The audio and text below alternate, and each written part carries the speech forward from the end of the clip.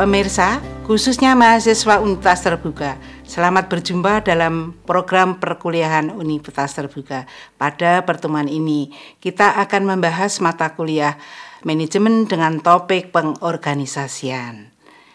Pengorganisasian merupakan proses penyusunan struktur organisasi yang sesuai dengan tujuan organisasi, sumber daya manusia yang dimiliki, dan lingkungan yang melingkupinya. Jadi, pengorganisasian dapat dikatakan suatu proses mendesain struktur formal, mengelompokkan dan mengatur serta membagi habis berbagai tugas dan atau pekerjaan kepada semua anggota organisasi agar tujuan organisasi dapat tercapai dengan efektif dan efisien.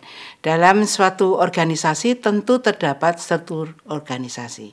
Struktur organisasi dapat didefinisikan sebagai mekanisme-mekanisme formal dengan mana organisasi dikelola. 4 aspek utama proses penyusunan struktur organisasi adalah departementalisasi, pembagian kerja, koordinasi, dan rentang manajemen. 1. Departementalisasi, yaitu pengelompokan dari berbagai aktivitas kerja suatu organisasi supaya aktivitas kegiatan yang sama bisa digabungkan dalam satu unit kerja. 2. Pembagian kerja, yaitu rincian tugas pekerjaan yang harus dilakukan seseorang agar setiap orang yang terlibat di dalam suatu organisasi bertanggung jawab melaksanakan aktivitas yang menjadi beban tanggung jawabnya. 3. Koordinasi, yaitu proses pengintegrasian berbagai tujuan dan aktivitas pada satuan-satuan yang terpisah-pisah atau departemen atau bidang-bidang fungsional dalam suatu organisasi untuk mencapai tujuan organisasi secara efisien. 4. Yaitu rentang manajemen dan rentang kendali, yaitu kemampuan manajer untuk melakukan koordinasi secara efektif yang sebagian besar tergantung kepada jumlah bawahan yang melapor kepadanya.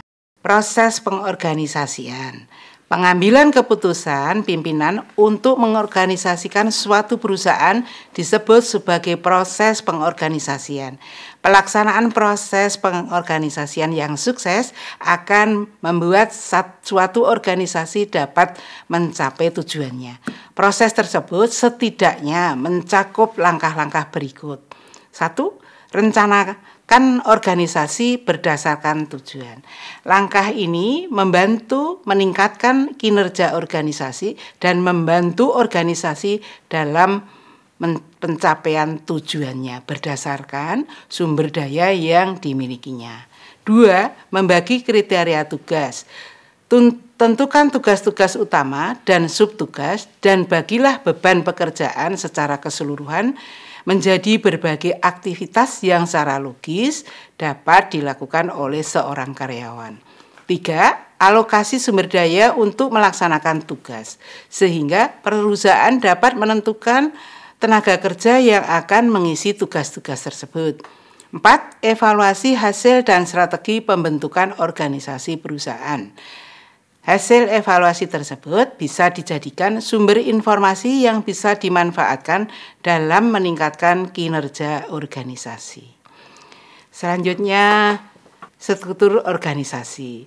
Struktur organisasi dapat didefinisikan sebagai suatu sistem jaringan kerja terhadap tugas-tugas, sistem pelaporan, dan komunikasi yang menghubungkan secara bersama pekerjaan individual dan kelompok.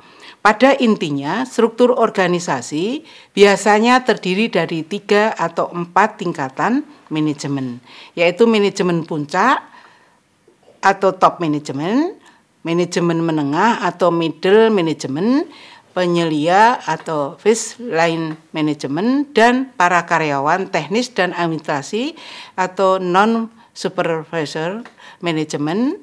Sebuah rantai komando merupakan garis tak terputus dari wewenang yang membentang dari puncak organisasi ke eselon terbawah dan memperjelas siapa melapor kepada siapa.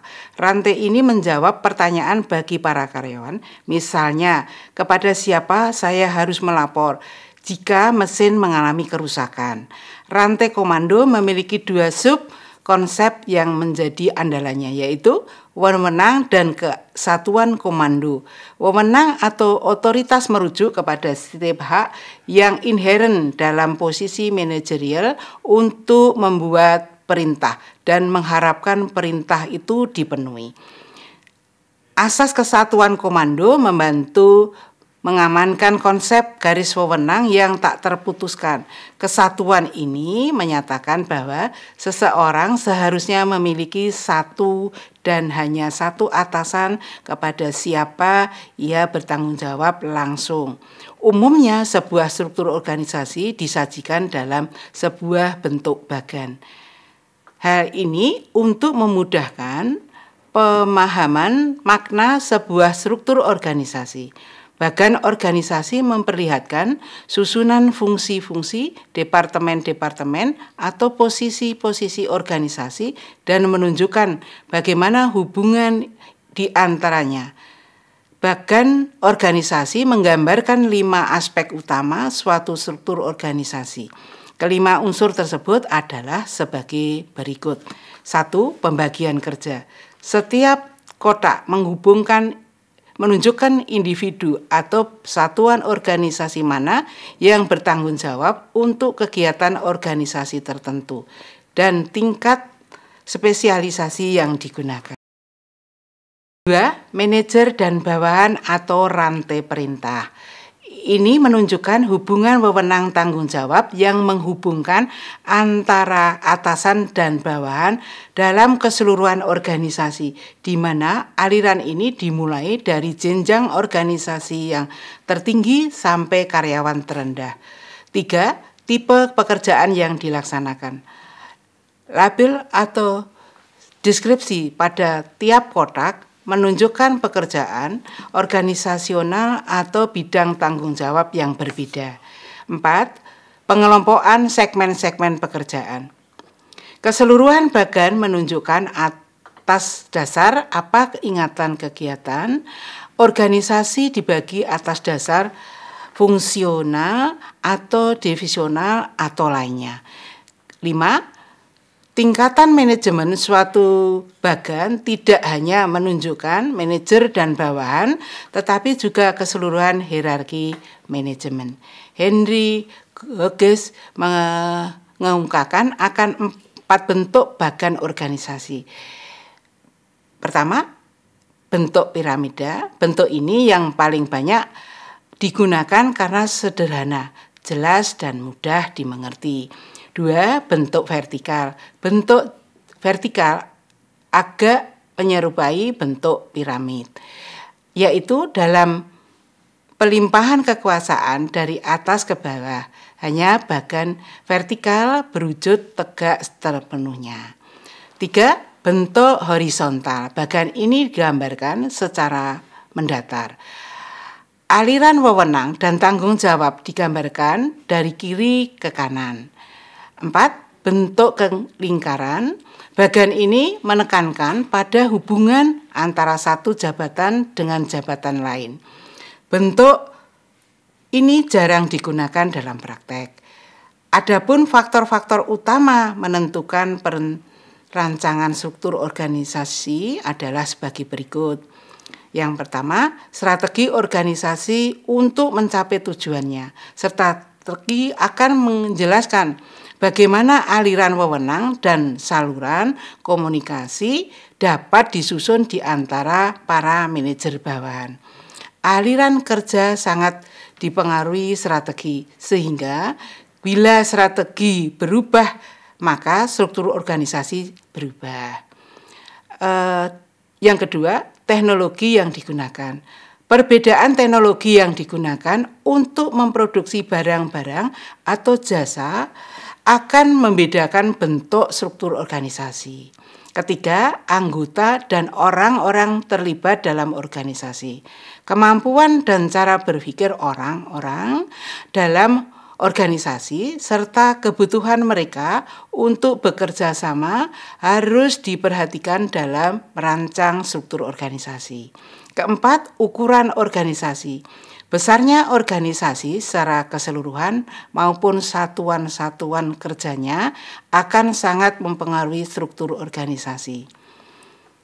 Sedangkan unsur-unsur struktur organisasi terdiri dari 1. Spesialisasi kegiatan berkenaan dengan spesialisasi tugas-tugas individual dan kelompok yang dalam organisasi dan penyatuan tugas-tugas tersebut menjadi satuan-satuan kerja.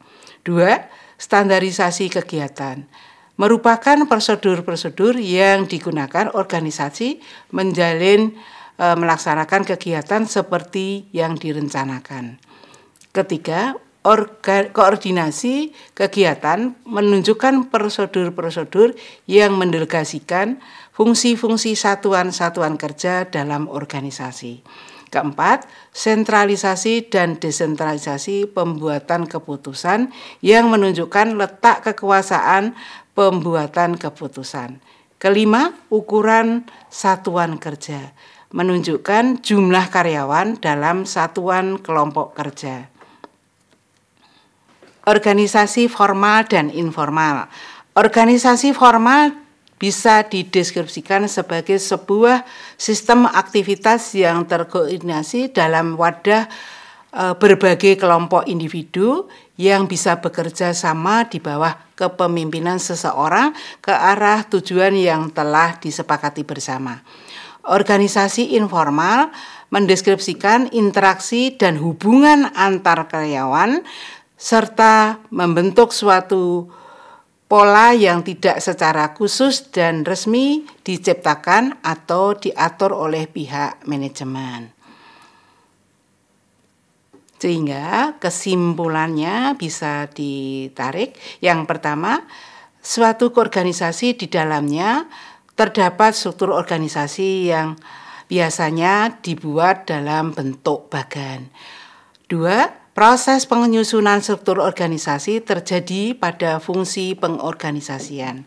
Ketiga, dalam struktur organisasi terdapat rantai komando yang mengarahkan wewenang dan kesatuan komando. Keempat, bagan organisasi menggambarkan pembagian kerja, rantai perintah, tipe pekerjaan, pengelompokan, aktivitas kerja, dan tingkatan manajemen. Yang kelima, unsur struktur organisasi, spesialisasi kegiatan, standarisasi kegiatan, koordinasi kegiatan, sentralisasi dan desentralisasi dari ukuran satuan kerja.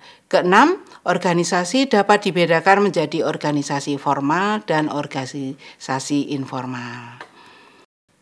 Pemirsa, khususnya mahasiswa Universitas Terbuka dimanapun Anda berada. Sampai di sini perjumpaan kita kali ini. Semoga tayangan ini bermanfaat bagi Anda. Selamat belajar dan sukses selalu.